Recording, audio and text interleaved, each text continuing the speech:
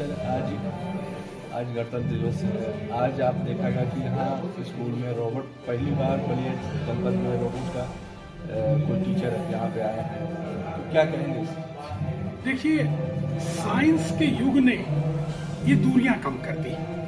चाहे विचार का युग था या स्थान का युग था या किसी भी तरह की दूरी को साइंस ने कम किया। ये रोबोटिक टीचर जो आयरिस जी हैं, इसका हमने बड़ा प्यारा हिंदुस्तानी नाम रखा है। सच मानिए, इससे कंसिस्टेंसी आएगी। इससे एक बच्चा, अभी तक क्या होता था कि साइंस का टीचर अलग है, एसएसटी का टीचर अलग है, मैथ का टीचर अलग है, और वो सबको जोड़ नहीं पाता। तो जो एआई से जो डिजाइन हुआ है टीचर, वो सभी को जोड़ लेगा। क्योंकि अगर आपका कोई सवाल ऐसा है जिसका एक हल, एक आयाम सोशल स्टडी में निकलता है, तो वो उसको भी जोड़ के आंसर देगा। वो साइंस से भी जोड़ेगा और वो मैथ से भी जोड़ेगा। क्योंकि कोई भी सवाल अगर यदि एक एंगल पे करा जाए तो निश्चित मानिए बाकी एंगल उपेक्षित रहेंगे और ज्ञान की पूर्णता नहीं होगी जो ये एआई करेगा। भाव की कमी रहेगी। भाव के लिए टीचर रखे उन्होंने, भाव टीचर देंगे, ज्ञान कंप्यूटर देगा। और ये साइंस का युग, और जो प्रमोद जी ने यहाँ पर एक ज्ञान गंगा बहाने का प्रयास किया है, बलिया की धरती उनके कृतज्ञ रहेगी और इन बच्चों के लिए आसमान छूने का रास्ता बनेगा। सर, ये कौन सा स्कूल है जिसमें पहली बार रोबोट से ही के द्वारा पढ़ाया जाएगा? देखिए, 6 स्कूल इससे पहले हिंदुस्तान में, केरला के स्कूल हैं, बेंगलोर के स्कूल हैं, जिन्होंने किया, जो प्रगतिशील अपने इस बात को समझते हैं। अभी तक स्कूलों में डिजिटल ना होना आजकल ये अक्षमता माना जाता है। क्योंकि क्या है कि जो रिपीटेटिव काम है उसके लिए तो डिजिटलाइजेशन चाहिए भाई। जो रिपीटेटिव काम है, अगर उसके लिए जब हमें कंप्यूटर चाहिए, एआई चाहिए, रोबोट चाहिए, किसके लिए नहीं चाहिए? भाव के लिए नहीं चाहिए। कंधे पे हाथ रखने के लिए टीचर चाहिए, और टीचर नहीं, गुरुजी चाहिए। मैं तो साफ साफ कहता हूँ कि टीचर का समय खत्म हो गया, गुरुजी का समय है। टीचर का काम रोबोट करेगा और गुरुजी कंधे पे हाथ रख के कहेंगे, चिंता ना कर, कुछ भी हो मैं तो तेरे साथ खड़ा हूँ। तो जिस तरह से नए टेक्नोलॉजी के साथ जिस तरह से रोबोट अब स्कूलों में दिखाई देंगे, तो कितना आगे बढ़ेगा? देखिए, कभी कहा जाता था कि भाई एक आदमी कितनी सूचनाओं को संग्रहण कर सकता है, दिमाग में, किताब में, इसमें। अब तो क्लाउड आ गया साहब। जो 1820 का सिस्टम, मतलब हमारा आज भी माइंडसेट 1820 का है, टीचर माइंडसेट 1920 का है, और प्रोडक्ट 2025 का। ये संभव नहीं है भाई। अगर 2050 का प्रोडक्ट तैयार करना है, उस समय का करना है, तो वो बच्चा वो पूरी तरह से संपूर्णता के साथ हो। जहां वो बच्चा नैतिक हो, जहां वो बच्चा आध्यात्मिक हो, उतना ही बच्चा वो डिजिटली एडवांस हो, उतना ही बच्चा वो डिजिटल को अच्छी तरह समझे भी। क्योंकि क्या आपको ऐसे आदमी को चाहेंगे कि जो एक चीज करे और एक चीज ना हो? एक अच्छा हाथ हो तो पैर ना हो, पैर हो तो सिर ना हो, ये नहीं चलेगा। आज डिजिटलाइजेशन की बहुत जरूरत है। जितना डिजिटल होगा उतनी इस दुनिया में तेजी से काम बढ़ेगा। तो जिस तरह से रोबोट पढ़ाएगा, रोबोट सिखाएगा बच्चों को, इस युग में जिस तरह से क्रांति लाने की कोशिश की जा रही है, तो क्या इससे कुछ बच्चों में कुछ दिक्कतें नहीं है? देखिए, जो अंतराल की तरफ आप इशारा कर रहे हैं कि बच्चे जब टीचर ही मतलब कंप्यूटर पढ़ाएगा तो कंप्यूटर कुछ कमी छोड़े, तो मैंने आपसे शुरुआत में कहा कि कंप्यूटर ने, रोबोट ने टीचर रिप्लेस किया है, गुरुजी ने रिप्लेस किया। एक बात को बड़े क्लियरली समझ लीजिए कि रोबोट गुरुजी को रिप्लेस नहीं कर सकता, टीचर को रिप्लेस करेगा। क्योंकि वो चाहे आप रोबोट से कराएं, आप चाहे उसको यूट्यूब से कराएं, आप चाहे सर्च इंजनों से कराएं, आप टीचर को रिप्लेस कर सकते हैं, गुरुजी को नहीं।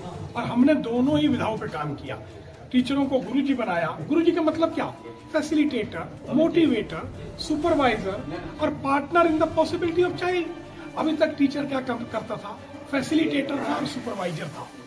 बच्चा कैसे सीखेगा, कितना सीखा, वो सुपरवाइज करता था, मोटिवेटर नहीं था।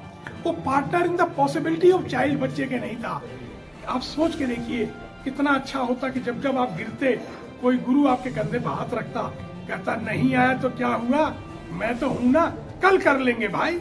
तो अब हमें दोनों विधाओं का जरूरत पड़ेगी, हमें रोबोटिक टीचर की भी जरूरत पड़ेगी और गुरुजी की भी जरूरत पड़ेगी। क्या बलिया वासियों के लिए क्या आप मैसेज देना चाहेंगे, क्या संदेश देना मैं चाहेंगे? ये कहूंगा कि इस प्रमोद जी जो भागीरथ हैं, आओ इस ज्ञान गंगा में स्नान करके बलिया जो बागी बलिया था, पहले बागी था क्रांति के लिए, आज ज्ञान की क्रांति में एक इतिहास रच दे।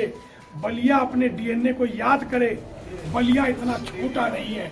मुझे नहीं पता कि समय की धारा में, समय के दौर में ये बलिया अपना रूप कैसे भूल गया। मैं बलिया का निवासी हूँ, वापस आया हूँ इसी बात के लिए कि मैं जामवंत की तरह इस बलिया को उसकी पहचान दिलाऊंगा और दधीची की तरह अपने ज्ञान को उसके आगे परसूंगा। इसका नियंत्रण किस तरह से होगा सर? इस रोबोट पे किस तरह नियंत्रण? रोबोट पर देखिए, उसमें हम ज्ञान को भरते हैं, जो करना होता है, और वो एआई से खुद डायरेक्ट करता है अपने आप को। वो एआई से डायरेक्ट करता है, खाली टीचर के बोलने से नहीं चलता। कई बार आप देखेंगे कि वो जब लाइव काम कर रहा हो और टीचर कुछ बोले, गलत बोले, जैसे मैं कुछ बोल रहा था तो पीछे से बोल रहा था वो कि अशोक जी ऐसा नहीं ऐसा है, क्योंकि वो अब वो नहीं है कि मरी हुई चीज नहीं, वो ये लाइव सेंसिटिव है ये रोबोट जो है। तो अब इनका ये खुद नियंत्रण कर लेते हैं, बस कमी रहती है भाव की, जो हमारे गुरु पूरा करेंगे। बहुत बहुत धन्यवाद। जी सर, देखा जाता है कि अक्सर यह विद्यालय आए दिन कुछ नए तरीके, कुछ नए नए टेक्नोलॉजी के साथ अपने एक नया पहचान बनाता है, एक बलिया में एक अलग नाम रखने वाला। इस बार भी कुछ खास है, क्या है और क्या कहना चाहेंगे परिचय आप? के साथ बता दीजिए। मैं Pramod Kumar Singh, founder Columbus international school. देखिए, शुरू से इस स्कूल के या स्कूल परिवार की या हमारे जो शिक्षकगण हैं, तो शुरू से रहा कि हम कुछ नया करें, सो दैट बच्चों में भी एक जिज्ञासा पैदा हो। क्योंकि और आज की डेट में जो समय है वो टेक्नोलॉजी का है, उसको देखते हुए ये हम लोग का इनिशिएटिव था कि भाई रोबोट तो आज नहीं तो कल तो सारे स्कूलों में आएंगे, बट ये है कि जो हम पहले कर ले जाएंगे तो हमारे बच्चों में उसका असर ज़्यादा होगा। तो जिस तरह से देखा जाए कि बलिया में आपने शिक्षा के क्षेत्र में क्रांति लाने की कोशिश की है, पहली बार रोबोट बलिया में पढ़ाएगा, आसपास के जनपदों में भी नहीं इस तरह की तैयारी, क्या कहेंगे आज के लिए? देखिए, चूंकि मैं बलिया की धरती से बिलोंग करता हूँ, तो उस मिट्टी का असर है। यही सोच हमारे मंगल पांडे जी की थी। अगर वो उन्होंने अलग नहीं जलाई हुई होती तो आज हम देश में आज़ाद नहीं होते। उसी की प्रेरणा मिली और हम लोगों ने इस पे काम करना शुरू किया। क्या खासियत क्या रहेगी इस रोबोट का और किस तरीके से बच्चों में जो है शिक्षा ये दे पाएंगे? देखिए, ये totally AI based robotic teacher है। जो जो नई चीज़ें अपग्रेड होंगी मार्केट में, वो तुरंत अपडेट हो जाएगी। जो इसकी कंपनी आइरिस है, वो तुरंत पर डे इसको अपग्रेड करती है। अभी जैसे अगर हम कोई किताब पढ़ रहे हैं तो गवर्नमेंट की पॉलिसी आएगी तो 1 साल बाद छपेगी, तो उससे 1 साल बाद मिलेगी, तो हम 3 साल पीछे हो जाते हैं। इसमें क्या है कि आज ही कोई चीज़ इम्प्लीमेंट हुई तो वो कंपनी अगले दिन ही उसको अपडेट कर देती है।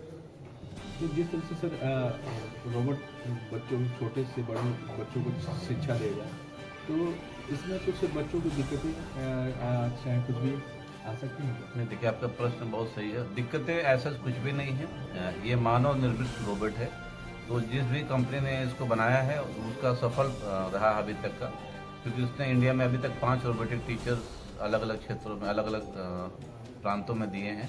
उसका एक्सपीरियंस आज तक बताया, कहीं पे भी वो कंपनी फेलियर नहीं हुई। उसको देखते हुए हम लोगों ने इस कंपनी से ये टीचर इम्पोर्ट किया। बलिया के स्टूडेंट अपने विद्यालय के और बलिया जनपद वासियों से क्या आपका मैसेज रहेगा? गणतंत्र दिवस है, मेरा सबको शुभकामनाएं हैं और मैं ये चाहता हूं, क्योंकि ये प्रयास तभी सफल होगा जब हमारे पेरेंट्स और हमारे बच्चे इसका सदुपयोग करें।